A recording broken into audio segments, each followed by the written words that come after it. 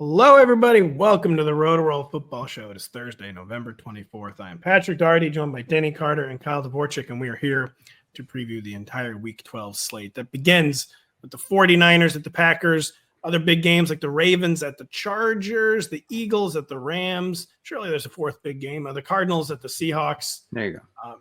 Not as many big games as usual. There's not as many teams playing as usual. 6 teams on bye. For some unknown reason, just think it's a real good time. 12 weeks in the season, that seems like a good time to finally get 6. That's when you need it. Yeah, that's when you really, really need it. Some teams just really need it in week 5. Apparently, just dying for a bye as week 5. But we're going to break down the entire slate. But first, as usual, got a little something to talk about. And now, listen. So, by definition, a podcast of 3 aging men. We're into body positivity here on the Rotoworld Football Show. Pat, you're looking great. Didn't notice the pouch at all. Looking really, really good, Pat. We're into body positivity. We are. But that's only for humans, Denny. Yes. And you've noticed a problem in your backyard that you couldn't let go uncommented on anymore. What do you got to get off your chest about what's going on in your backyard? No one is talking about this, so I felt obliged to post about it today, and it's that every squirrel I see in my yard is very fat, and I'm not just talking about like a little chunky. I mean, like shockingly fat, and the reason I know they're fat is because my dog, who is not a hunting dog by any means, truly terrible at hunting. Like I'll chip a golf ball and he'll chase it and he'll lose it. He doesn't know where it is. He's very bad at it. Anyway. So he will chase a squirrel, and these squirrels are slowing down to the point where he's almost catching them now because, again, they're so overweight. And then people were replying to my post saying, I've noticed the same. I've noticed that hawks are no longer able to hold the fat squirrels. The big birds can't hold the fat squirrels, and they keep dropping them. Wow. This was like a monkey's paw situation for the hawks, where one hawk was like, I wish these squirrels were easier to hunt. And then they became too large, and they're like, no, if it isn't the consequences of my actions. Now Denny's got dead hawks all over his yard and deck. And you try cleaning that up, all right? Listen, sometimes a bird flies into the window. It's very sad, but you just get a shovel and you go throw them out in the bush. If a hawk flew in the window, I'd start throwing up. It'd be horrifying. Any theories on why the squirrels are so fat? Maybe you should stop putting so many enriched acorns in your yard, Denny. The sugar's added.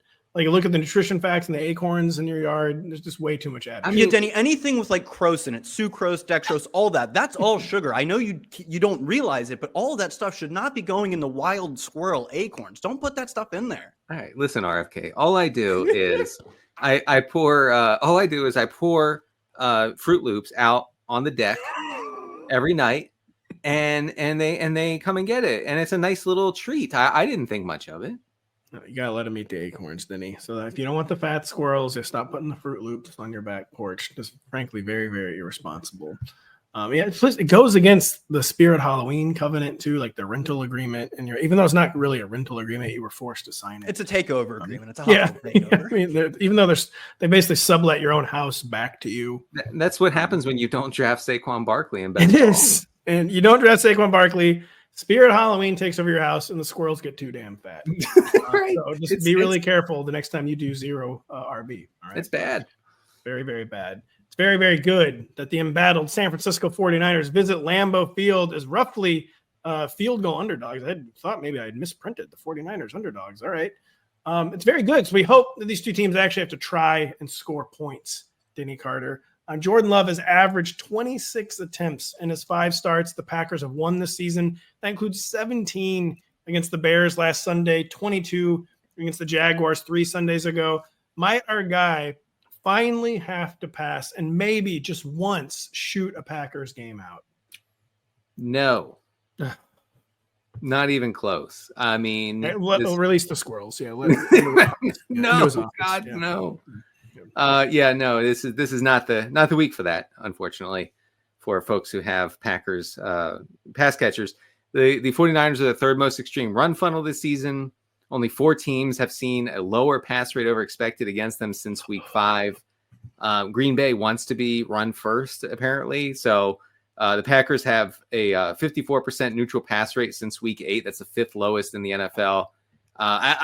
Unless game script goes sideways here, I could see Jordan Love, having 25 pass attempts somewhere in there. Yeah, like, seriously, is this ever going to end? Like, I thought Jordan Love's cool. He plays old school quarterback. He's got 5 pass catchers. I mean, because he plays old school and he actually throws downfield and even into 2 high safeties at one of the highest rates in the league. So he can get away with it. That's true. He doesn't need 42 attempts because he's actually good. Yeah, right.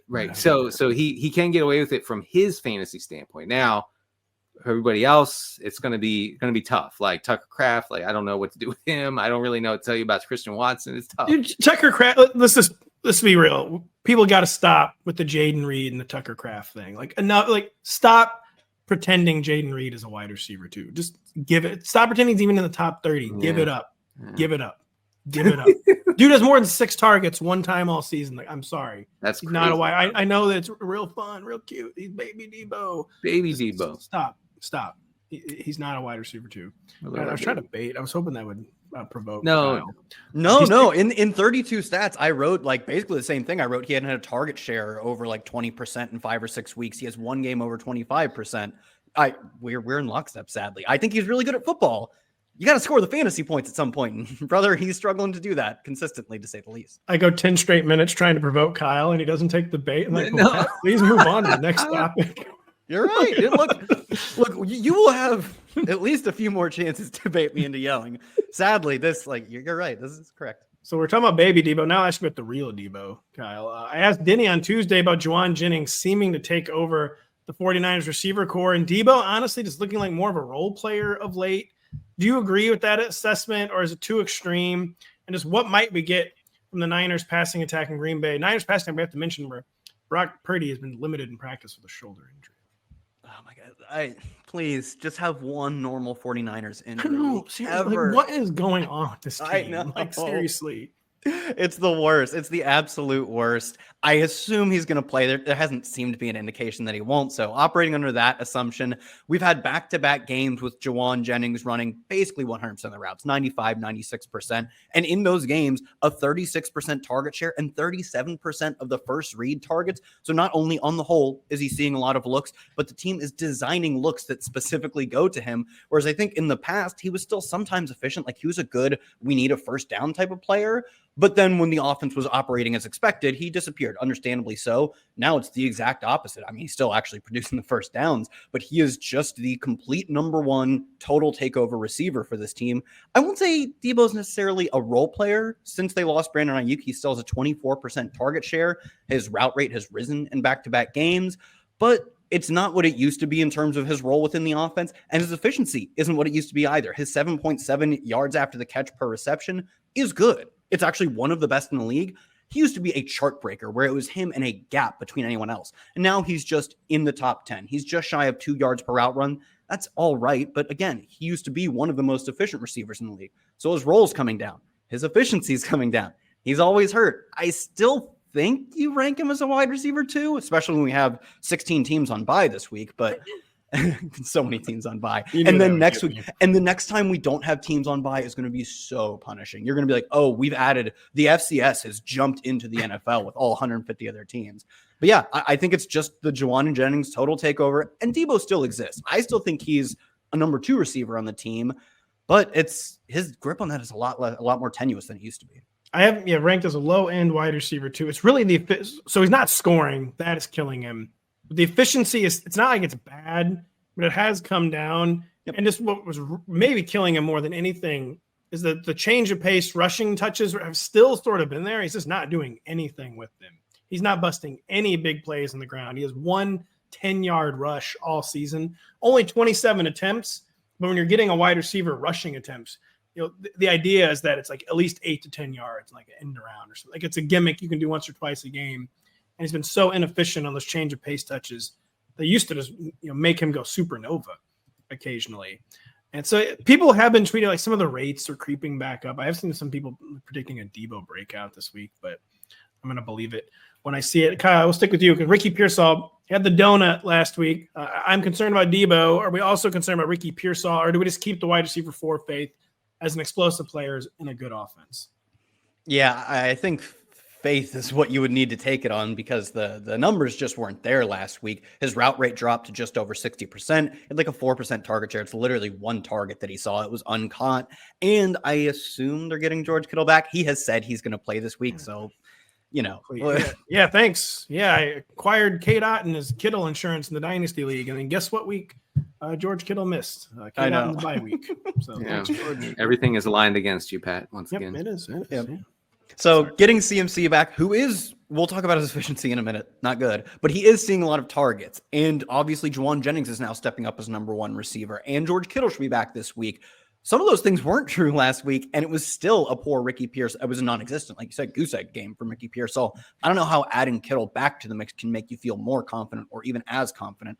So yeah, wide receiver 4, I get it. Like one big play, and this offense is really good at producing that, can make his day. But I don't know, even 4 feels generous. Pearsall, even headed into last week, was only being targeted on about 15% of his pass routes, and so that kind of indicated that either he wasn't commanding targets, that wasn't getting open, or that the team just didn't really prioritize him in the pecking order, pass catching pecking order. So that is something to keep in mind. I feel like you have to be kind of desperate, but again, half the league on bye, you probably need to start him. Denny, Kyle alluded to Christian McCaffrey's efficiency issues. It hasn't been a workload issue since he returned. 42 touches in 2 games. He's played at least 88% of the snaps in each of those 2 games. So no snap count whatsoever, but just no production really so far. No touchdowns. Are you worried about the quote unquote slow start, or will gravity soon take hold? Yeah, I'm not. I would be worried if the team was working in Isaac Guerrero and Jordan Mason, especially in like inside the 20 or whatever. That's not really happening. Guerrero and Mason have combined for 4 carries over the past 2 games. Like you said, CMC has 42 touches over that stretch. His route rate is good. This week he's playing a Packers rush defense that's really in the middle of the road as far as rush success rate and rushing EPA allowed. Not a bad matchup, certainly not a great matchup. But I think you can still be confident playing him as a top play. Yeah, it's just been 10 more minutes. Are we worried about the best player in the NFL? Yeah, right. Are you sure? Well, I'm not. Sure you're not worried. Personally, I'm not worried about the best player getting 45 touches a game. All right, since we're baiting me into this, he's been really bad, guys. He has been bad, and right. I know Okay. the Niners too. Listen, let's just be real. The Niners aren't good either. That's a concern. Yeah, they're not awful. good, man. They're god awful. Maybe Kyle Shanahan just understood the NFL Super Bowl overtime rules. That would have been nice probably for Kyle. I'm sure he won't be haunted by that for the rest of his life, though. The Vikings and Bears have been uninspiring of late, with the difference being that Minnesota keeps winning, Denny. There's been lots of focus on the Bears' offensive struggles. But what about the Vikings? This does not look like a good spot against a good Bears defense. It's on the road. Totals under 40. The Vikings are the better team. How worried are we, or are we not, about this Minnesota offense? Worried about you said Minnesota offense? Yeah, the Minnesota offense, okay. Denny. Yeah. Were you prepared to talk about the Bears? You can do that if you need to. I was actually, for some reason, I was prepared to talk about the Bears. Just do it. Just talk about the Bears. Okay. How concerned are we? One game, though. They got a new offensive coordinator, and they're doing things now like involving Roschon Johnson. Let me give the Vikings a shot, if you don't mind. Thank God. So here's what we have. We have Sam Darnold increasingly facing pressure with Christian Darrisaw out for the year. And this Vikings offensive line was not anything close to an elite pass blocking unit before Darrisaw's injury, and now it's a problem. Okay, and we saw that especially last week. The reason the computer still likes Darnold, and we talked about that last week, and my laptop still is just telling me over and over, Darnold's still good, don't worry about it, is because a lot of those numbers don't really reflect how he's doing under pressure, and it's really bad. And this has always been his bugaboo. Okay, this is what the Zoomers say. I'm trying to appeal to the younger audience. We say that all the time, buddy. Let me tell you, it's bugaboo here, bugaboo there. We're reading The Great Gatsby, and we're like, man, they say bugaboo a lot in here. We love it. Right? Skibbity bugaboo. Skibbity bugaboo. Yeah, and so that's the main problem. Now the Vikings have, and in turn tried to be run heavy, or at least like balanced here. 2 weeks ago against the Jaguars, they were 11% under their expected drop back rate. last week against the Titans, they were only 1% over. This is really not the Kevin O'Connell offense that we had in previous year, last year at least. Which remember we talked about in the preseason, like it doesn't matter who's quarterback, they're just going to keep passing. Well, that was with the assumption that the team wouldn't have this elite defense, I think. And now that they do, I mean, it's not a world-beating defense, but it's a good defense enough to say we're just going to do what we need to do on offense to not blow it and hope that our defense can get us there. Well, that was, I was kind of on the Vikings defense in the summer. They were like terrorizing teams down the stretch last year. I just thought that he only knew one way to play ball. No, and I thought that's what getting Aaron Jones, like you don't really acquire Aaron Jones unless you're going to like still be like pass focused and pass heavy. But yeah, they acquired Aaron Jones, like kind of almost make him a bell cow, Denny, which doesn't seem like the proper usage of Aaron Jones. So I'll just stick with you. Aaron Jones, predictably, has been accumulating the injuries. He's been on the report with two different things. He has not missed any time, but the efficiency has really been lagging. Not surprising that they've involved another running back lately. It is a little surprising that they acquired Cam Akers and then made him that running back. They're really trying to make Akers a thing. Is there any concern here for Aaron Jones? Well, not Cam Akers overtaking Aaron Jones, obviously, but like where he's just getting too much change of pace work that it starts to affect Aaron Jones's RB2 status. I was unpleasantly surprised by the usage for the Vikings in their backfield last week. Aaron Jones had 15 rushes to 10 rushes for Cam Akers. They both ran 13 pass routes, which is, I think that's the most concerning part, is that you're like, okay, all right, Cam Akers can have his 8 to 10 carries, whatever. But Aaron Jones is going to get all the passing. It didn't happen. Now, was Aaron Jones banged up? I mean, he was really hurt and a rib injury, right? 2 weeks ago. Rib injury, and then he was on the report with a hamstring a few weeks before that. And, it seems like he's starting. Yeah, the answer to is Aaron Jones hurt as always yes in some sense. Yeah, right. It's just to what extent. So I would guess that that's what's going on here. Does that make you feel better about it? No, it doesn't. You still, you're starting him, but I think that his death grip on the workload here has definitely loosened.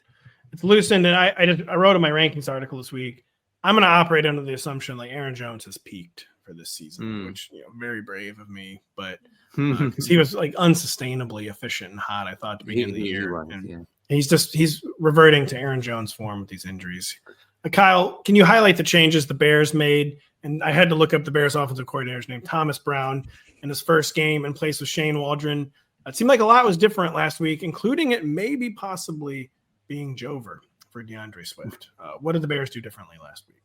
Well, Swift missed Wednesday's practice with a groin injury, so that, like Denny said, that could explain why the backfield is split the way it did last week. Does that make you feel better? No. In fact, I don't even know if Swift is going to play this week. I haven't seen the Thursday injury report, but you've got to imagine if whatever, the groin injury was ailing him last week and they gave Roschon Johnson 10 carries, he scored, only got 33 yards, but that's kind of his MO, 3 yards per carry. Scores a short touchdown because he's a big fella. He earned a season high in snap share. He earned a season high in carry share. Even if they end up having DeAndre Swift for this game, are they going to use him the normal workhorse level they were for a month before? No, it doesn't feel like they probably will.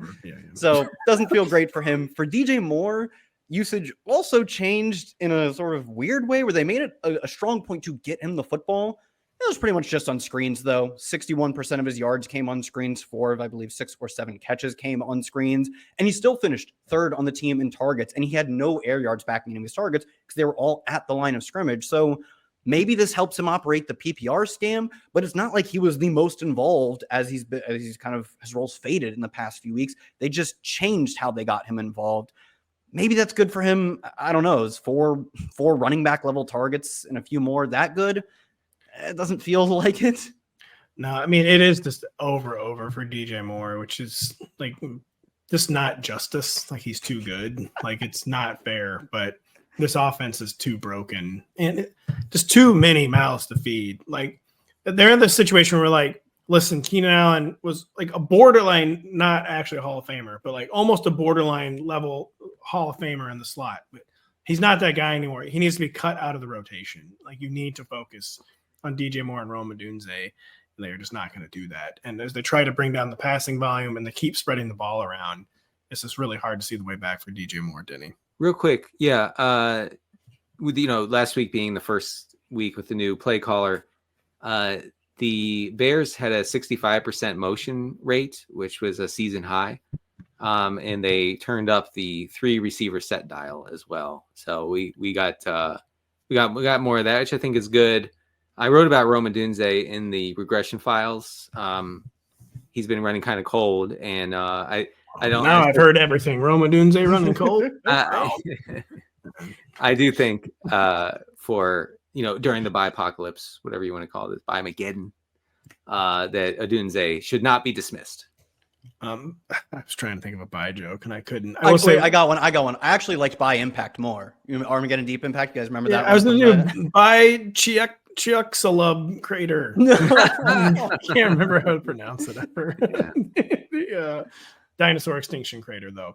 And because of the bias, by the way, it has both never been more over for DeAndre Swift, and he's also never been more back as a top 20 running back. Yeah, you have to play him. You just have to play DeAndre Swift still this week.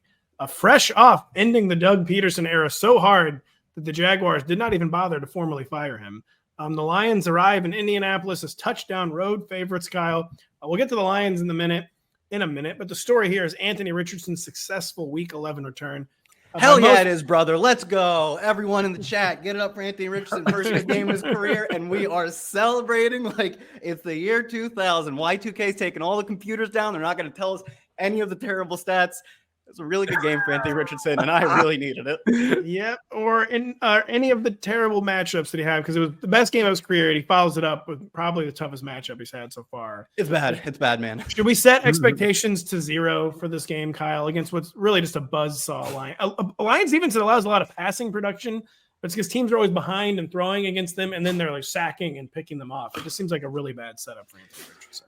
Yeah, like you said, their opponents, they pass the football a lot because that's what you have to do when you end up falling behind. But they took over number 1 in EPA per dropback allowed to their opponents. They're top 10 in the bad way in allowing fantasy points to opposing passers. They are, volume is the name of the game if you get there against them. But this is not a Colts offense that wants to play through volume. We actually got some of it from Richardson last week. It was a really good week last week. He was top 10 in CPOE and EPA per play. It was his highest PFF passing grade. PFF charted him with their highest accurate throw rate.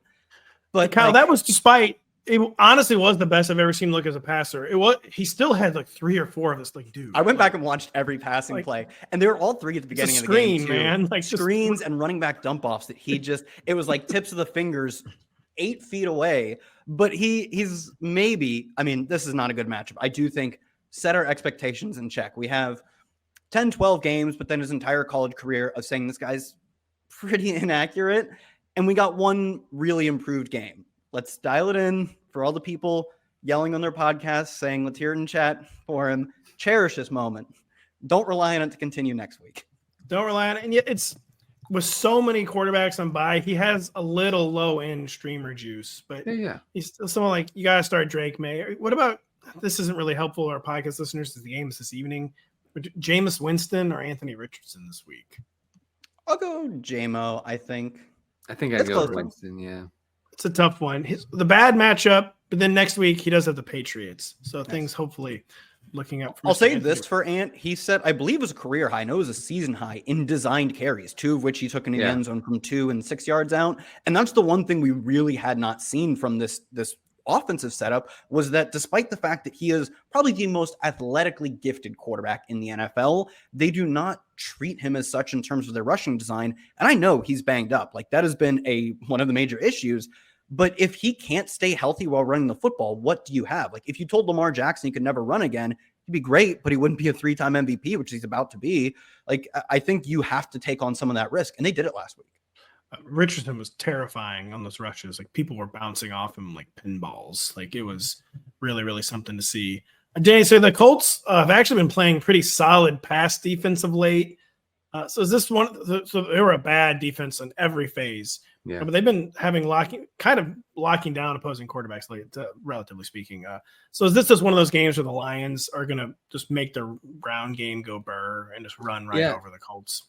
Yeah, the short answer is yes, but that doesn't make for interesting podcasting. So when you said the Colts are not bad defending the pass, I looked into it, and you seem to be correct because I was like, oh man, he's gonna say the data. No. The data agrees with your take here. Since week 6, the Colts have allowed the 4th lowest dropback EPA in the NFL. So they're very, very good at shutting down opposing passing attacks over the past month or so. Or what? Month and a half. They are the 3rd most extreme run funnel in the league. Detroit really attacks run funnels traditionally. The Lions have a 44% pass rate when leading this year, one of the lowest in the NFL. So I mean, your question is a good one because there's every chance in the world that Montgomery and Gibbs are top 12 plays this week, top 12 finishers against the Colts defense that just invites the run, and I think it could be a blowout. I think this Lions defense could eat Richardson alive here. I'm worried about that part. I was about to ask you guys if you thought the Colts would cover. Like, there's a reason why the spread is half of what it was against the Jaguars. The game's in Indy. Goff on the road against the good pass. I just feel like it could be like a sneaky cover spot for the Colts. Hell yeah, it could be. I don't feel good about this game. It's like when something is so good and so pure as rubbing the haters' nose in it with this last week's ant start, karma's going to come back around. Like, we're getting a bad game at some point. Well, I mean, he's got to survive the first quarter. Like, he has to survive the first quarter. Love to hear that. The Lions throw so many defensive looks at people and young. That's why you just take off and run. Like, who don't just right? Run. That's why from a fantasy standpoint, I kind of think Richardson is interesting because I think we could get double-digit rushing attempts here. That's the only path forward really for the Colts in this game. Kyle, is JMO, especially with 42 teams on bye, back in lineups, is I would say a wide receiver 3, or even really a wide receiver 2. JMO, whose usage was trending the wrong way for suspension, it seems to be trending back upward. It's still only 6 targets last week, but he has produced since returning. Is he, as such, then back in our lineups? Yeah, I mean, like you said, 58 teams on bye this week. You kind of have to. You pointed out 6 targets was good. It's fine. It was just shy of a 20% target share. Only 26% of the air yards last week, and actually, I think nearly a season low in route rate. But they got to rest their starters near the end, so that's probably the explanation of that. I think it's very clear that he is probably just a really good intermediate and deep threat. I don't think he really has, early in the season, very much felt like he was threatening to usurp Amon-Ra as the true number 1, and for it to be maybe in every other week. Those were the days. Those were the days. And he is still a borderline elite, intermediate, and deep catcher. But the fact that he, as Denny has talked about many times, doesn't really get any of the layups does mean that you are relying so much on a few big plays. But he's good at those big plays, and this offense is good at scheming those big plays. And every single week, Vegas tells us this should be the highest scoring team in the NFL. So even if it is absolutely going to burn you multiple times, I think he's an every week starter because of the ceiling. He is the classic. You have to take the good with the bad because he can flip matchups, which he did last week almost single-handedly. Danny, real quick, is Richardson ultimately good or bad for Jonathan Taylor, who season high 25 carries last Sunday? But 57 scoreless yards. You'd have to think, though, with the running threat that Richardson put again on film last week, that's going to open up running lanes for Jonathan Taylor. Do you agree or disagree? I mean, overall, without boring the folks with the nitty gritty numbers, Taylor's efficiency is way higher with Richardson under center than with Flacco. So yes, I think overall it should be better for Taylor that Richardson is the quarterback here. Look, if you told me last week that Jonathan Taylor is going to see 24 carries and 2 targets against the Jets, against a bad you're bulldozing a Spirit Halloween in your backyard. Right. I'm getting the Supreme Court to lift an injunction, whatever else, and legal things I don't know about. And we're getting that Spirit of Halloween out of there. Okay. But which, by the way, has now turned into a Spirit Christmas. Spirit Christmas. We do have that. But yeah, so I do think that Taylor will be fine here. The Colts had a 48% drop back rate last week. That was 11% under expected. And that was a close game. So if they can make it close, huge if, Taylor is seeing 20 plus carries here. Yeah, the only concern for Taylor is that he's losing goal line work and that Anthony Richardson, the bad passing games, is killing drives too early. Yeah.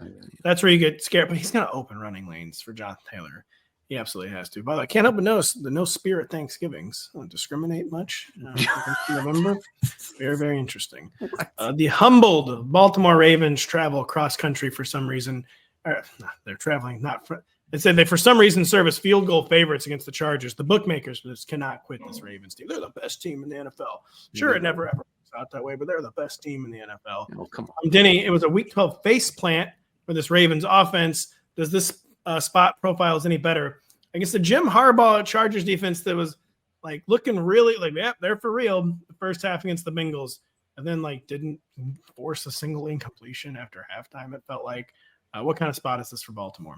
Yeah, I mean, it is a Chargers defense that plays the second highest rate of 2 high safeties. Okay, they allow a really high completion rate in the short areas. So you're telling me Zay won't rug pull me for the 90th time this year is what you're saying. Well, will he rug pull you? No, I don't think so, because I think, generally against these type of defenses, we see the Ravens do a whole bunch of short area targets to Zay Flowers. They don't usually come to anything, but they seem to like that. So whatever. PPR check cashes all the same, brother. Yes, it does. It does. The bank accepts it. I've looked into it. They still accept that money. And maybe Mark Andrews gets involved in those short areas. It's not necessarily a bad matchup. It's definitely better than the Steelers. The Steelers are just a miserable matchup for opposing passing attacks. I think we're going to see that. So until Jameis shreds them on Thursday. I don't know, man. So it's middling. You should feel way better this week than you did last week about Lamar. Can you guys, by the way, share in this obsession of mine that stop pretending why are the Ravens favored for a road game against like a team that is at least just as good as them? Like, let's just give it up, man. Like, I'm pretty sure the Ravens have more wins. That's what I got for you. Actually, they're probably about the same, aren't they? I mean, you're they gotta have one more. I bet who anything. pretends the Chiefs are good. Yeah. I'm not gonna even dignify that with a response. Kyle, Justin Herbert has crashed the top 5 in a lot of Week 12 rankings. Do we ride along with this wave, or any caution despite a glorious matchup with the team allowing the most passing production in the entire NFL? Yeah, it's I think someone recently called it a glorious matchup with the team allowing the most passing production in the NFL. That's about accurate. I didn't feel the need, frankly, to say that Justin Herbert is good through stats. You've watched him play. You watched the Bengals game. He's really good at football. Well, except for the second half when they were doing the speed of light 3 and outs. What happened there? I bet you didn't think of that. They ended the game with a bunch of points. Who cares? The first half, second half, overtime, whatever. Buddy, the first half is where all of his production points, checks, cash, all the same at the bank. No one cares which half they came in. And as you pointed out, just truly an incredible matchup. Playing the Ravens is a godsend for fantasy points. Highest total of the week. The line has moved up a few points to get to 51 last I checked. Ravens games have gone over their total in 9 of 11 games so far, and they have faced easily the highest pass rate over expected, and the Chargers have turned the pass rate over expected dial up a little bit. They're not the most pass-heavy team in the NFL, but since their week 4 or 5 bye, they have been playing as if they have Justin Herbert, which is what they should have been doing the whole time. The charitable thing is it just took him a while to get to know the system. It took everyone a while to get to know each other's strengths and weaknesses. He had the foot injury in the summer. It's annoying that it wasn't like that way to begin with, but it's very good that they did actually make the adjustment. Had a weird receiving room too. It was supposed to be led by a 5'11", 180-pound rookie and first round bust Quentin Johnston. So a lot of moving parts that, as you said, you kind of just have to figure those things out through games. Yeah, and Denny, one of the reasons this happened, the increased pass rate, is not getting the production from that Chargers backfield. What is the latest there? J.K. Dobbins kind of hanging around. Gus Edwards, it's just been Gus Edwards since he got back. Kamani Vidal can't get involved. Hassan Haskins occasionally gets a short yardage carry. Anything interesting going on in the Chargers backfield? It's kind of become status quo with really low end RB2 J.K. Dobbins. So yeah, it's really concerning actually for Dobbins. Gus Edwards, of course, he's been back 2 weeks now. The first week was a concern against the Titans. Last week against the Bengals, Gus Edwards saw 6 carries to 11 carries for Dobbins. Haskins saw 2 rushes, including a failed goal line attempt. And then Dobbins got in there. Look, Dobbins got away with it fully last week. 2 touchdowns. I'm concerned that he might not even be an RB2 because Well, the only reason he is because 80 of the teams bias. on bye, Yeah. 85 teams on bye. I like how Kyle's bye team total has increased with every mention of it. They keep adding them. North do. Dakota State just went on bye. They weren't on bye at the start of the show. Now North Dakota State's not playing football this week. That's crazy. So the one, and the reason I say that is because so he's splitting up the rushing work, and Dobbins last week only ran a route on 17 of 43 dropbacks. He saw one target. So we're talking about a completely game script sensitive running back here. Fresh off melting Jerry World, the Texans return home to host the Titans. Kyle, we've long ago given up any hope of the Texans actually passing. Even with Nico Collins back and healthy, I assume we expect the same versus this solid Titans pass defense. The game total has actually come down here a bit. Texans were favored by 8. It's only 7.5 now. Vegas does not have faith this will be a high-scoring game. Do we have any faith? The Nico, he reproved his health last week. Maybe they'll pass more, or is that just a pipe dream? We started to tiptoe around that idea last week with an 8% above their expected pass rate over expected. They threw on 57% of their early downs despite blowing out the Cowboys. I didn't adjust that for the garbage time. And that was well ahead of their sub 50% early down pass rate leading into week 11. Albeit this is not the matchup we've seen teams play that style of football. I really hope we get a low-scoring game where we see them bubbling underneath the surface in the advanced metrics, and then we get a great buy low spot in week 13 or whatever. But I do think I'm just going to side with Vegas and say Titans games have mostly been very boring, and the Texans up until last week have mostly played a very boring style of football. I do think this gives me hope that in the future, when a shootout presents itself, they will participate. This is just not that style of game. No, they just wanted to humiliate Mike McCarthy last week. All they want to do is to get in and get out and beat the Tennessee Titans. I'm not that optimistic. Denny, how is the quote-unquote Will Levis era looking in Nashville through, I believe, 3 games since his return from his phantom shoulder injury? A phantom, wow! the guy could barely move on the sideline. Yeah. Sure. Well, anyway, first of all, Titans bottom 5 across the board as a pass defense over the past month. So really, that's actually surprising. I did not know that. EPA success rate, so I think what's happening is that teams are starting in such good field position against the Titans because the Titans have by far the worst special teams in the NFL that they don't have very far to go, right? So it kind of looks like their defense might be okay, but it's not. It can be destroyed, and I think maybe the Texans can do that. Again, that probably only benefits Joe Mixon because the whole point of fantasy football this year is you get Barkley, you get Mixon, and you log out. And there's nobody else is good. I'm not mad about it, but and not even Derrick Henry is good anymore. No, everybody's bad except for those two. So the Titans are kind of like dabbling with a pass heavy thing, although it's not really working. They had a 70% drop back rate last week against the Vikings. That's kind of abnormal for teams playing against the Vikings. So it's good. It's good if you have Calvin Ridley and you just want Levis to just drop back enough to get there for Ridley. I mean, and without a touchdown, like you can't be relying on these touchdowns from Ridley all the time.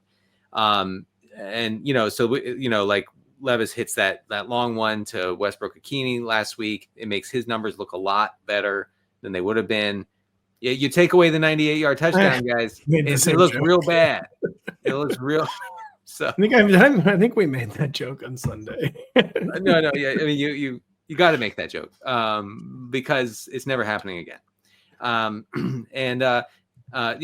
Will Levis, I think, in play for Superflex. I'm going to say the most cop-out thing ever. He's in play for Superflex, guys.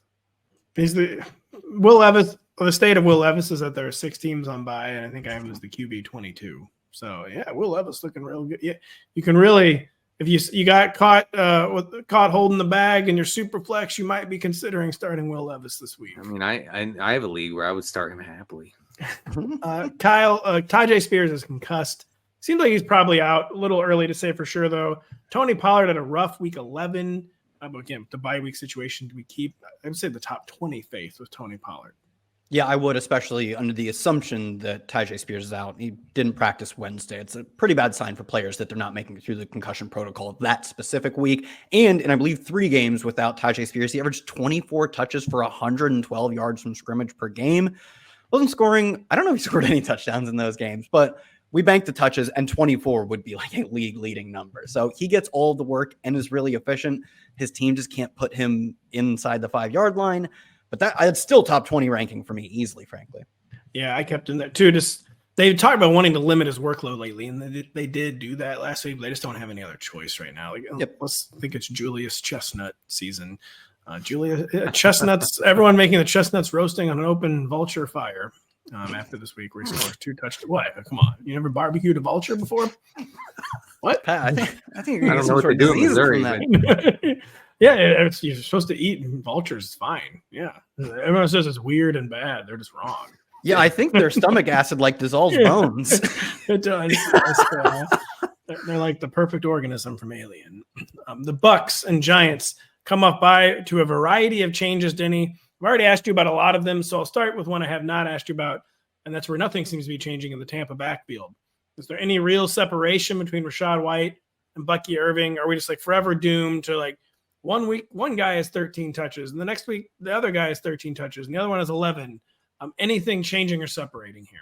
Well, I mean, they're seeing a pretty split up workload, but Bucky Irving, at least like if you look since week 8, so over a 3-game span, one of the most efficient running backs in the NFL. Only Devon Achane and Josh Jacobs have a higher yards after contact per rush than Irving over those 3 games. It rolls right off the tongue. It does, and then of course Rachaad White is way at the bottom, 37th out of 47 qualifying running backs in that category. So I feel good about playing Bucky Irving because I don't think he needs a ton of touches, and I think the Bucs could be in position to run it pretty heavily here. Whereas with Rachaad White, he's not dominating routes and targets in the way that I kind of thought he would. And that's a problem for him because he's not going to get there based on like being super efficient on 12 or 14 touches. I feel better. What I'm saying is Irving, I think is the better play here. My dynasty team hopes that you are correct. Kyle, Denny pronounced Tommy DeVito's return under center as a Malik Neighbors death sentence. Do you agree? I don't remember what was going on.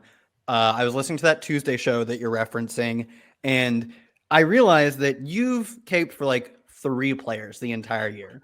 Patrick Mahomes, who's really good, but has also been the worst fantasy quarterback pick of the summer.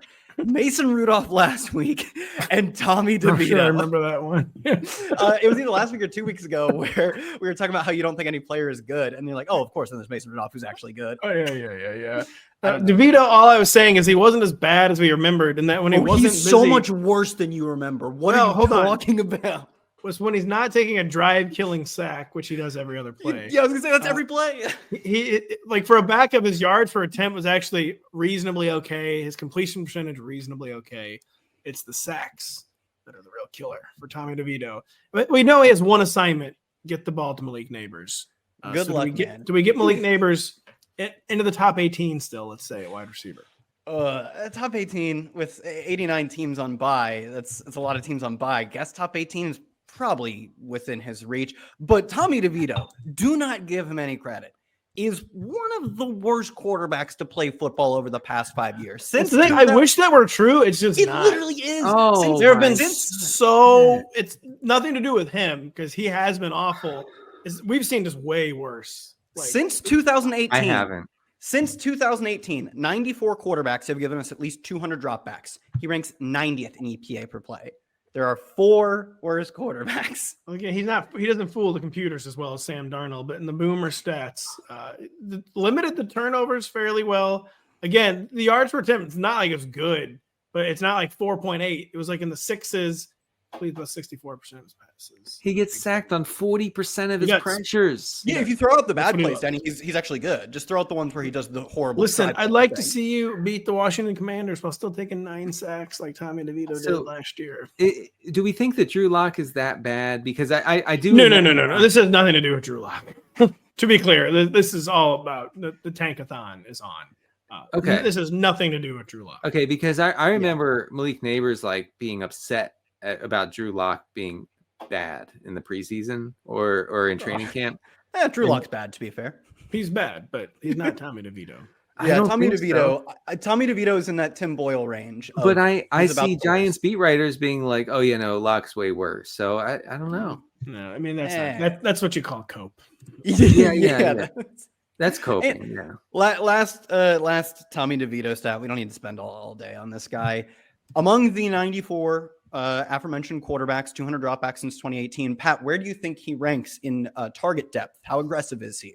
No one. Everyone's tied for 94th now. There, it doesn't even. Nope, matter. he is. He's tied for 94th. He's literally dead last with 3 other guys, but not everyone. All I'd say with DeVito is that like the boomer efficiency metrics were not nearly as bad as you would expect from watching him. Why don't sacks count among the boomer metrics? They kept winning with him too. I mean, as another thing, like they won. And that's the worst, isn't it? That's just the worst when you can point to wins. Yeah. The Green Bay Packers looks like they took the worst loss in franchise history to Tommy DeVito last year. You absolutely hate to see it. You hate to see Tyrone Tracy in this situation, Denny. Can we trust him in this offensive environment? We know they're going to try to focus on the run. But as we just debated, Tommy DeVito can kill a drive at any given moment. Yeah, I mean, I think, DeVito could be a disaster for everybody in this offense. But Tracy is a good play. He plays I mentioned him in the regression files this week. I'm looking for him now. And I think that he clearly has like a grip on the backfield, on especially the early down workload. He has seen an increasing role in the passing game. If game script goes sideways here for the Giants, definitely could. I think Tracy can still be involved and can still get there. Devin Singletary not threatening him in any way, which is tough for me. The Christmas spirit, the spirit Christmas is going up. I actually hear the drilling, beginning on putting up the you're kind of late, the drywall there. But so it's tough. But yeah, Singletary is strictly just like a bench hold if you are into that sort of thing. No. Cut Devin. I know you hate holding. Well, yeah, you can't. You got to make the playoffs now. Devin Singletary's not aiding in that mission. And it'll be Eric Gray season if Tyrone Tracy gets hurt. Kyle, does Mike Evans' return, we hope, we think, have any effect on Cade Otton? Or he was kind of already percolating even before the injury. We still lock in Cade as a top 5 or 6 tight end. Top 5 might be a little aggressive. 102 teams on bye changes the calculus. But we have seen truly like tight end 1, 2, or 3. Like you could pitch me tight end 1, Cade Otton, sans Mike Evans, and be like a 27% target share, 9 targets a game. That's tight end 1 overall levels of numbers. I do not think we see quite those numbers since Mike Evans returns. Mike Evans has played about 30% of his snaps this year in the slot. I wouldn't be surprised to see that push closer to 40%. That's where Otton's been sitting since they lost both Evans and Chris Godwin. But do you still keep him in the top 7, 8, 9? Absolutely. And you're starting him in every spot. I do think we have to temper expectations a little bit compared to the like truly wide receiver 1 type of numbers we got from our tight end, Cade Otton. I do think you could almost go galaxy brain mode and say Evans' return could actually end up being good. Because it's not good for a guy like Cade Otton when he's the defensive focal point. Like really? It was great for him for 4 weeks. But say like the teams are starting to have to game plan for Cade Otton. You can't really do that when Mike Evans is there. I don't know. So maybe he sees better coverage. But the bigger problem is this: that the Bucs might get the run in this game. So we'll see. But we'll be right back after this. This Sunday night, 2 teams battle for playoff positioning when Jalen Hurts and the Eagles fly west for a clash with Matthew Stafford and the Rams. Coverage of the matchup begins at 7 p.m. Eastern, only on NBC and Peacock. Which, of course, brings us to Eagles at Rams. The streaking Eagles meet the treading water Rams in L.A. as 3-point road favorites, Kyle. There's not a whole lot new going on with either of these teams, although that includes Devontae Smith and Dallas Goedert remaining distant second fiddles to A.J. Brown. Are they falling like further behind than ever as the Eagles defense shores up, as the run game remains hot? Like, are we just getting to the point where, like, you start Devontae Smith and Dallas Goedert, maybe Dallas Goedert, but you just have extremely low expectations? Yeah, I think the latter points you made about the state of the offense and what the team is doing are probably what's more important than the target shares, air yard shares. Over the past 4 weeks, Devonta Smith has 26% of the team's targets, 32% of the air yards. Those are really strong numbers. Goddard, I think, has only been back for 2 weeks. 18% of the targets, though. Those are really good numbers. It's the fact that Jalen Hurts hasn't attempted more than 28 passes since week 4, a negative 10% pass rate over expected in that stretch, and 211 passing yards a game. It's not that Devonta Smith isn't highly involved. He really is. And even Dallas Goedert, an 18% target share, is pretty good for a tight end. It just has not mattered when A.J. Brown remains the clear number 1 and they have so few yards to go around because they're running so successfully. As you pointed out, the defense improving has allowed them to do that. So I think in games where we think they might shoot out, where we think they can go back and forth, that's actually a spot where we're really excited. I think this qualifies, does it not? It does. The only thing is the Eagles defense isn't playing well, and the Rams defense has even kind of been improving. Like, I do worry about like this being just a stupid rock fight for no reason. I mean, you don't have to. I say sometimes you don't have to ask this team twice. You don't have to ask any team twice in 2024 to play the run game and defense. But I think you're right. Like, the Rams are kind of in chaos mode. I feel like they will make this game weird enough. Hopefully, Denny, do you agree? I have a fun stat for A.J. Brown and Devontae Smith drafters. The Eagles, when they have a lead this season, pass at a 40% rate. Lowest in the league. The Eagles, by the way, hiding a new Jalen Hurts injury every single week. So talking about the Eagles pass rate, Denny, things afoot in the Rams backfield. Oh, that was a horrible say. I meant to say the Eagles run rate too. I don't know what I meant to say there. What I mean to say now is that Kyren's workload's been trending downwards the past 2 weeks. Back-to-back weeks, 15 carries, is tied for second lowest total of the season. Is there anything to this, or is it just kind of random statistical noise? The to this could be that since they have 2 superstar wide receivers back, we're not relying on them as much. Yeah, I mean that's the difference. From week 2 to 8, the Rams had a 54% drop back rate, which was 7% below expected. That's when Kyren Williams was getting crazy workloads. That has climbed to 65% over the past 2 weeks with Puka Nacua and Cooper Kupp back in the lineup. That crushes volume, and Kyren Williams clearly needs volume. He's not the sort of back who's going to take 12 carries. Just say it. He's never been good. Good. He's not good. Everybody knows this. His pass game involvement is not hateful. 65% route rates. So he's run a route on 65% of the Stafford dropbacks over the past. How many targets did he have last week? He has been targeted on 14% of his routes over the past 3 games. I believe. Did he have 0 last week? It was 0. He had zero targets in week 11. Nevertheless, yeah, I mean, he's unfortunately, I think in this matchup, kind of a touchdown reliant option. He is, and for all the reasons you laid out, and just two, the Rams can kind of see the playoffs. So I think they're starting to maybe try to limit him a little bit. Like Blake Corum is actually taking a breather series every now and then. Or like the kind of workloads he was seeing, you usually can't hold up under that. So there's just a variety of reasons. I'm like kind of conspiring to make Kyren like a low end RB1. I've got one more reason. As Denny pointed out, he does depend a lot on touchdowns because he's not this explosive runner. He's like a snap eater of sorts. And they have, since getting both Puka and Cooper Kupp back, have completely abandoned their run heavy ways, specifically in the red zone. And even inside the 5, they are going to their wide receivers. Understandably so. They have 2 like superstar level wide receivers. And then they have Kyren, who's fine. He's all right. But when you've got Cooper Kupp and Puka Nacua both, and it makes it extremely difficult to defend them, when you get in the green zone, you are just going to throw the football, and that's exactly what they've done. So you've got a medium red zone role guy and he needs to get there in terms of touchdowns. Feels like a pretty bad setup for him to be an RB1. Like he's still a start every week, but if he finished the year as like the RB17, I wouldn't be surprised. He just needs to keep running cold on touchdowns. He hasn't scored a rushing touchdown in like 6 weeks, I think 5 weeks maybe. No, he's still like I say the RB10, 12 range. But they have been calling the Cooper Kupp, just go put someone on skates. Yeah. The goal line. He was like, all right, yeah, fine. Easy. Yeah, he just easily does it then.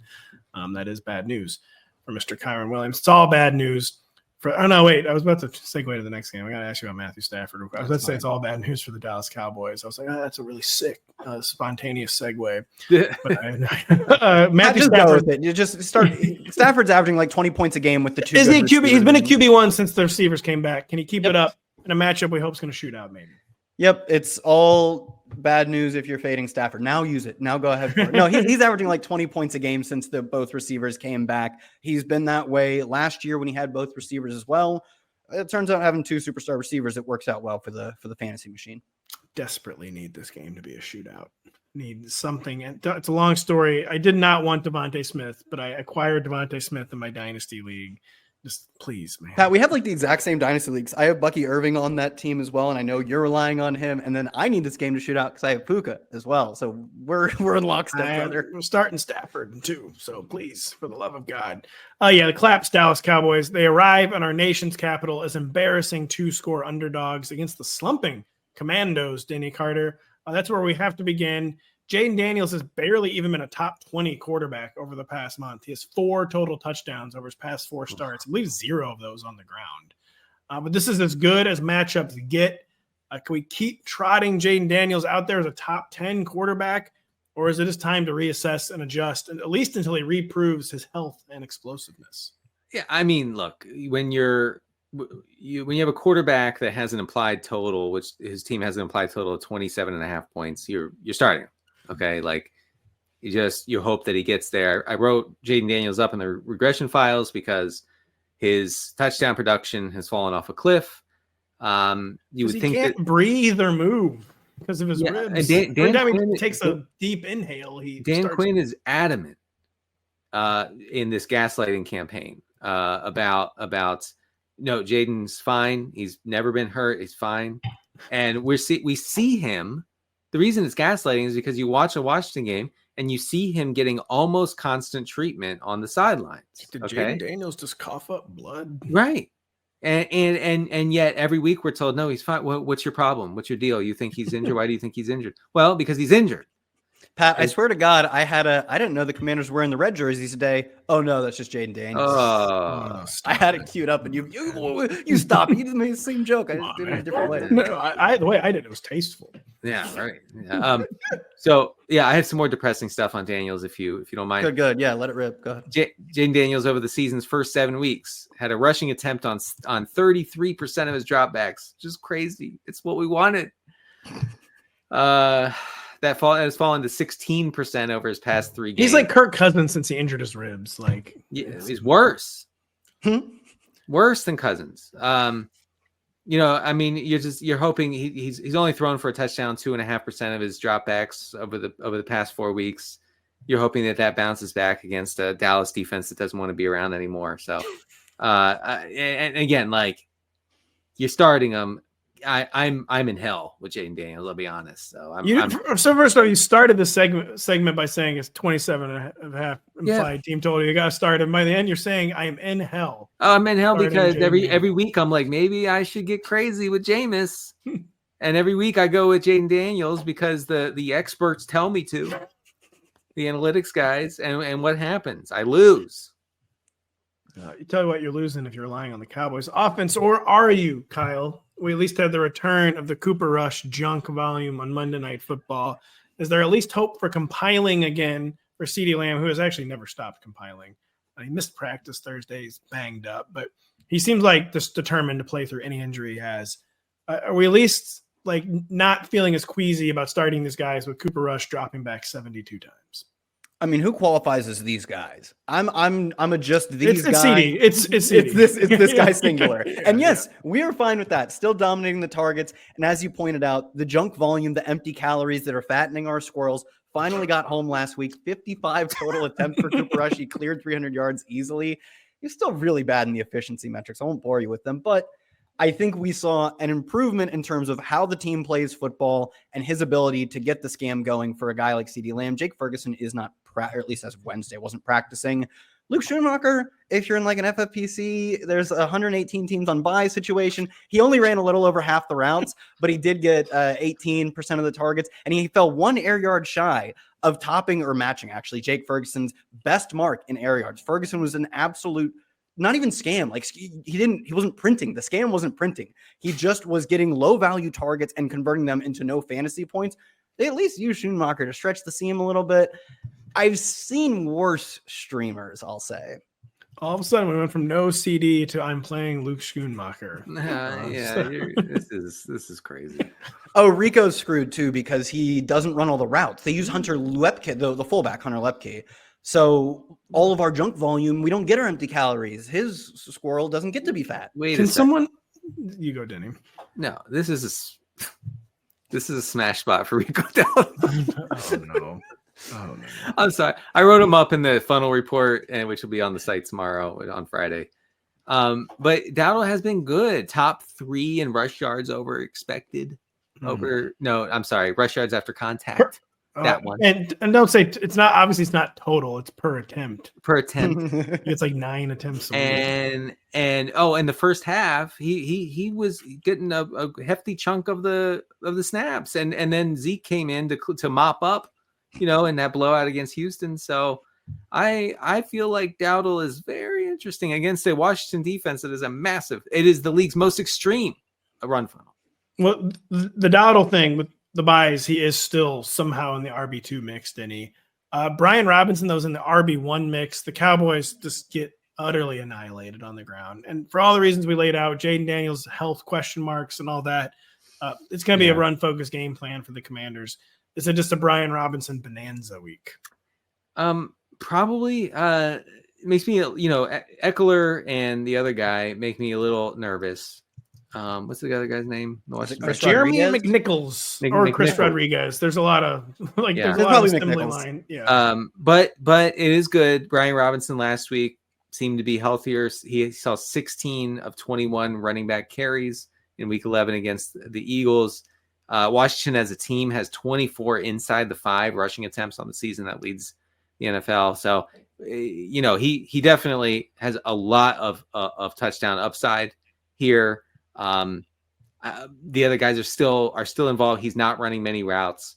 But again, this is a good spot. The Commanders are 10-point, maybe producer 10-point favorites. They are at home. Yep. Most up to date because it always shifts this time of week. But so Robinson is an absolute must play. I mean, we talk about Dowdle being a smash, but obviously Robinson is the smash.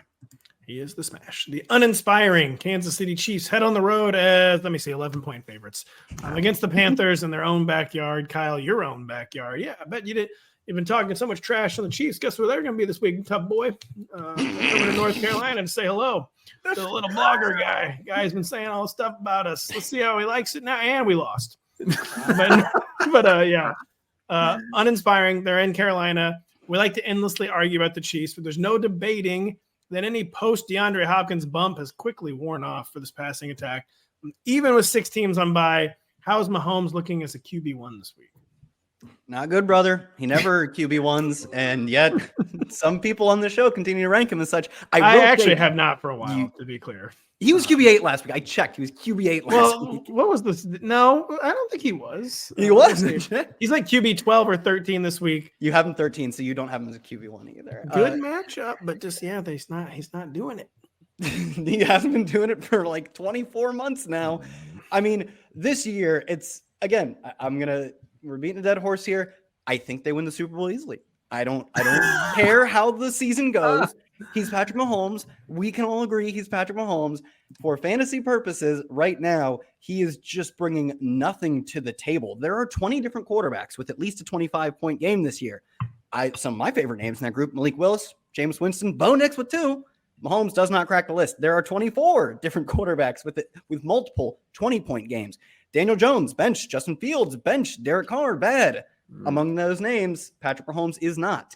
He just doesn't spike weeks, doesn't have a ceiling, and they want to run the football when they're 11-point favorites against a dreadful Panthers defense. So to me, I actually think 13 is the perfect spot. I did my own rankings this week, so I was so curious if I could get him there, and I had him exactly at 13 as well. So I think you're starting him in like half of the leagues. Some single QB leagues, because some people you good of a buy. Some people are hoarding QBs. So Yeah. he's not embarrassing. So at least the matchup's good. Matchup's phenomenal. He does have 2-3 touchdown starts in his past 3 games. Oh, I had a note on that too. When he had 300 yards and 15 fantasy points, you said, wow, it takes such a talented quarterback to get to 15 without a touchdown. What about his 3 touchdown performance that also resulted in 15 fantasy points? Well, they should be worth 6 points, to be clear, not just 4. Okay. All right. Yeah. That's that we're ripping off our nation's quarterbacks here.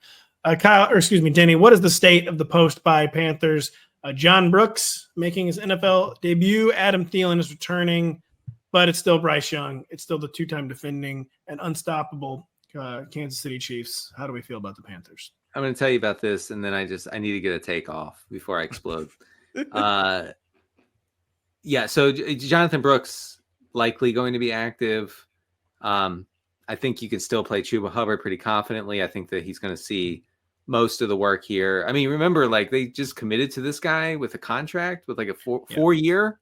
Truly the only data point that matters with this. And so they're not moving on, and I feel like Brooks ends up being maybe the worst fantasy pick in the entire year outside of Mahomes. So a catastrophic dynasty pick too. It's completely over. It feels like. So you can't play Brooks. I think you still play Hubbard. Thielen coming back. I wouldn't be surprised if he instantly just becomes the wide receiver 1 with a bunch of scam targets here. Panthers will likely be forced to throw a lot in this game if things go sideways. And my take is this. No. Give me a break. My take is this. Give me a break. Stop. All right. No one beats the Panthers in Carolina, first of all. Hell yeah, Denny. Let's go. They're coming off bye. You don't come into Bofa and beat this team. That's right.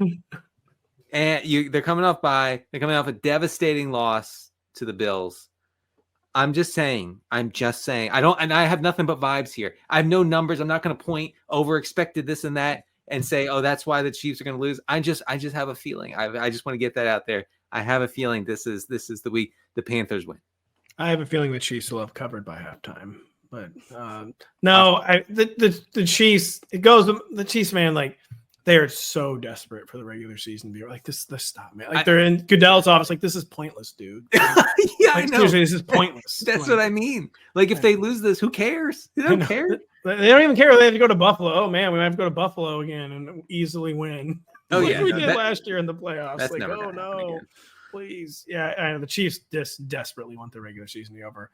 Along those lines, Kyle, expecting run focused as they always are. Isaiah Pacheco seems like he'll be back. It's like not 100% though. I mean, I'll just give you the most straightforward question I can think of. Are we still ranking Kareem Hunt ahead of Isaiah Pacheco, giving Pacheco like a probation week, basically? Yeah, easily gets a probation week. I know the first sort of reporting on this, or at least the most recent in this past week, was that that from NFL Network's Ian Rappaport, that he's sure that Isaiah Pacheco would be healthy enough to play in week 12. Not that he would play in week 12, he'd be healthy enough to play. He did point out that I believe they next week get the like Black Friday game that exists now. It does. It's bad. Them, yeah, I know. So against it puts the Raiders. What is even the point? That's like maybe it's like the Raiders game that they played around Christmas that they lost a horrific game to the Raiders. Again, who cares? It does not matter in the slightest if they lose any game because they'll easily win the Super Bowl. But I do think the fact that they play a short week and NFL Network's Ian Rappaport was pretty dialed into the fact that short week and Pacheco coming off of a pretty like lengthy injury does not guarantee he plays this week. That tells me if he does, it's a very limited role. It's like a warm-up game essentially. So Kareem Hunt, at least for one more game, is easily in the RB2 ranks and ahead of Pacheco. I had him in the low end RB2 ranks, so I did keep him in the RB2 ranks. By the way, Ian Rappaport on Blue Sky now. Many are saying.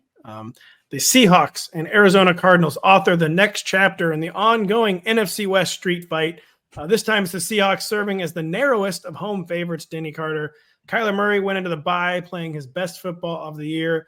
It's still been a season of high highs and low lows for Kyler. Is he finally ready for his elite QB1 close-up this week against Seattle? I don't know, because I think that the Cardinals will probably be like super run heavy here. No one ever does anything fun anymore. Yeah, no, it's not going to be fun. It doesn't shape up as a fun game. You know, I mean, Kyler, I was looking at his numbers over the past 3 games compared to the beginning of the season, and his accuracy has increased. Not a ton. Like Bo Nix has seen a massive shift in accuracy in the short areas since the beginning of the season. Kyler's has crept up, and that has helped everybody in this offense. It's created after the catch opportunities for McBride and others. So that could be of use here and going forward. They clearly they're using more pre-snap motion. They're going under center a little more, which seems to have worked because they are pretty efficient under center. So you're feeling good about Murray, and I think that he can keep it up here against a bad Seattle defense. It's just, man, oh man, that like the Seahawks can be just bludgeoned on the ground, and I wouldn't be surprised if the Cardinals do that. Seattle allowing the 7th highest rush yards before contact per attempt. The Cardinals have the 3rd lowest pass rate over expected on the season. And really, no one is throwing downfield against Seattle. So the Marvin Harrison Jr. is a little iffy. Only the Raiders have seen fewer downfield targets than the Seahawks this season. That's an interesting, surprising stat.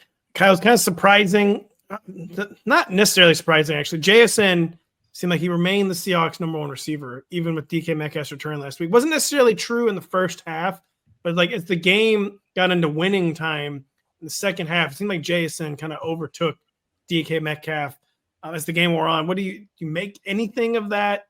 Is my theory that the Seahawks coaching staff just maybe can't unsee what JSN did in his 180-yard game, and then just feel like they have no choice but to feature him more now, and just like at every level of the field too. But just what do you think's going on here with JSN and DK Metcalf?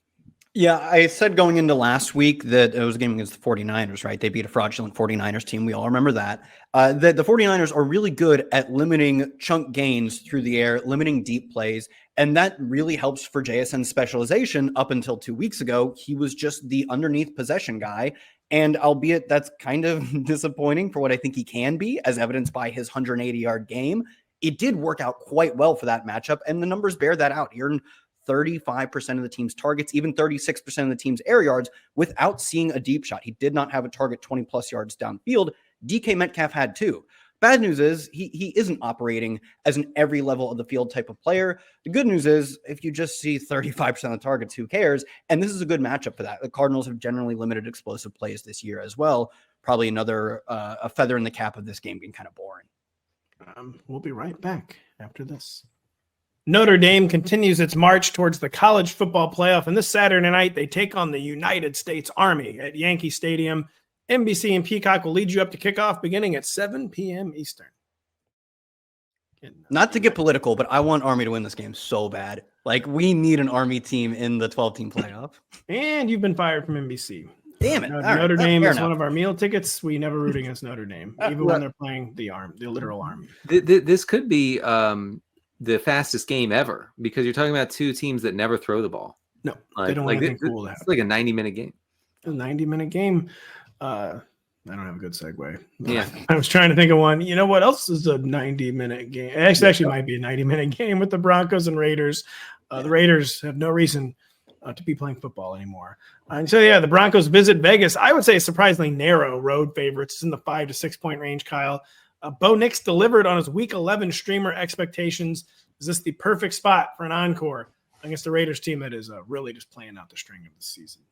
Yeah, Denny pointed out earlier, Nix has really improved as a passer over the past month and a half. Since week 5, he is the QB4 overall, averaging over 21 points a game. As you point out, Raiders, bad defense, and frankly, they're just packing in at this point. They're 26 in EPA per dropback allowed and giving up the 8th most fantasy points. They've also faced the 2nd highest pass rate over expected, despite being a team that loses most of their games.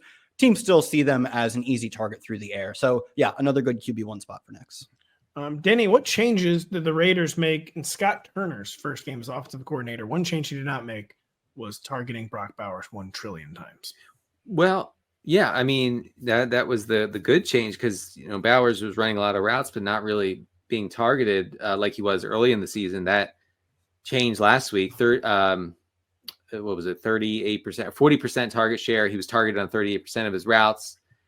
We also saw the Raiders drop back 77% of the time. That was 9% over expected. It was their pass heaviest outing of the season.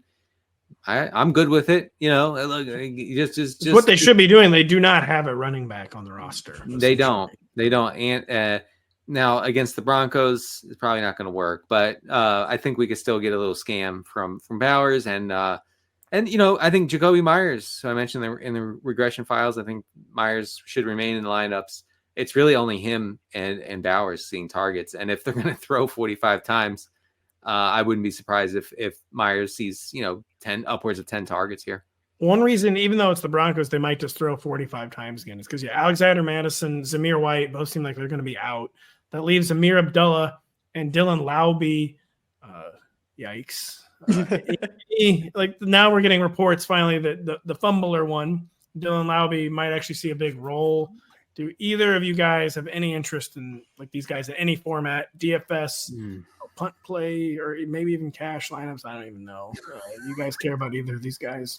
I sold my soul on an FFPC team to get Audric Estime, and brother, they took my soul. I'll tell you that much, because he is not his team's lead running back, despite my $400 of fab saying otherwise. That's a spot where I think you can start Laube. Oh.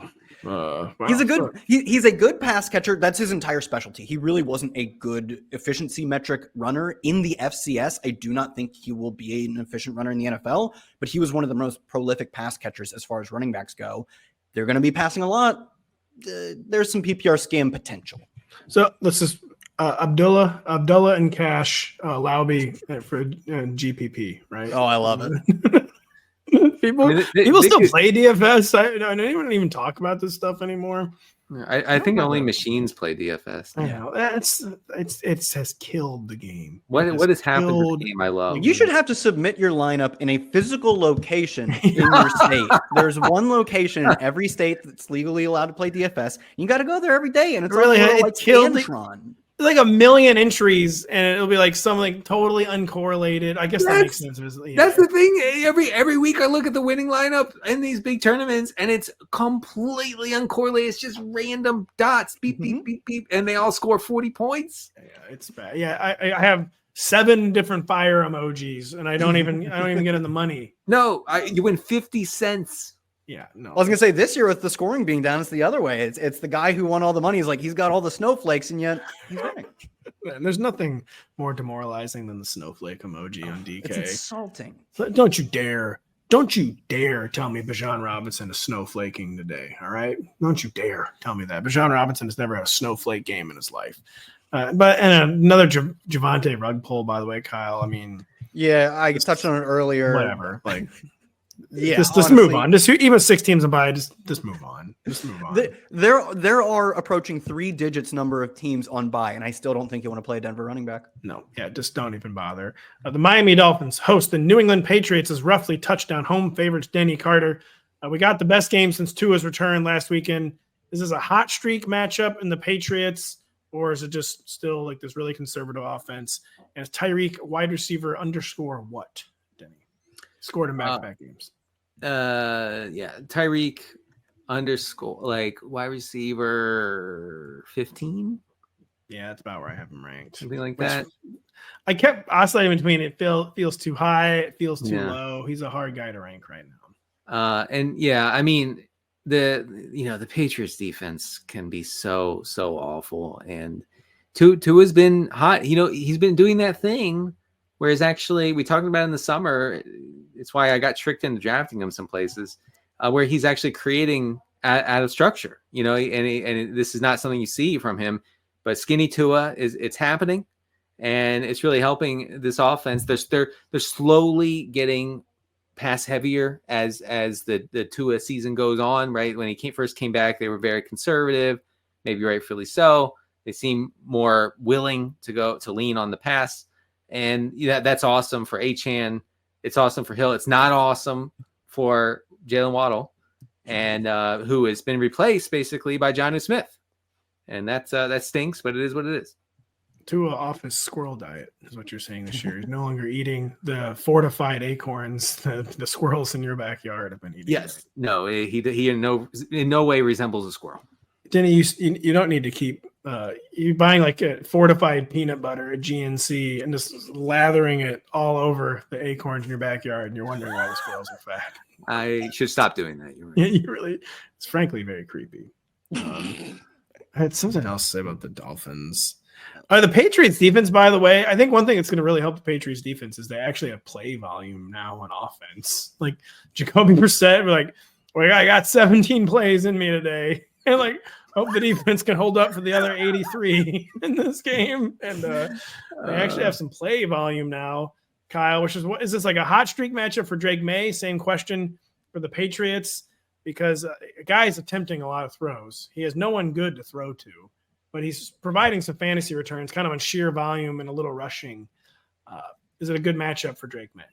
Tough matchup for Drake May. Dolphins are giving up the third fewest fantasy points, and probably more notably as it pertains to Drake May, the third fewest rushing yards to opposing quarterbacks. And that's not entirely schedule dependent because they've faced Josh Allen, I believe, 2 times already. They've faced Kyler. They've faced Anthony Richardson. So they have a non-pure pocket passer schedule so far, and yet they've done a really good job containing runners, and that's been something that's really buoyed Drake May's fantasy value because, like you said, how can you rely on him being a consistent passer, especially as fantasy is concerned, when his top receiver is Kendrick Bourne, who was benched 2 weeks ago? That's the level of lack of talent we're working with. Is whoever leads the team this week is not liable to be on the game day roster next week. No, it's true. I mean, they're cutting guys left and right. I feel like they cut Thornton's on the Chiefs now. Yeah, so that's going to turn this. He's only on the practice squad. That's going to turn this Chiefs offense around. All right, we are playing $200 Tyquan Thornton in the Super Bowl showdown game without a doubt. That's true. There's no way the Chiefs are going to win this game. I know they've made it to the Super Bowl, but come on, man. They're giving targets to Tyquan Thornton. Oh, what do you think? Tyquan Thornton's just going to get 2 rushing? Oh, and there's the second one. He already got it. And God willing, if it's a just God, the touchdown will at least be called back by penalty. No, God willing, they count it as a touch pass. Mahomes gets the 4 points. That's true. That's actually way better. That's what a just God would do. Just God says we have to end this show. No more talking about this week slate and 92 teams on bye.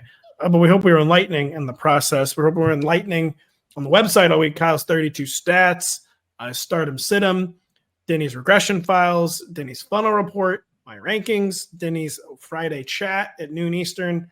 So much great stuff happening over at Rotoworld.com. We hope you read, but we hope you listen. Or we're back on Sunday evening to recap the Week 12 slate. So for Denny and Kyle, I'm Pat. Thanks for listening. We'll talk to you very soon.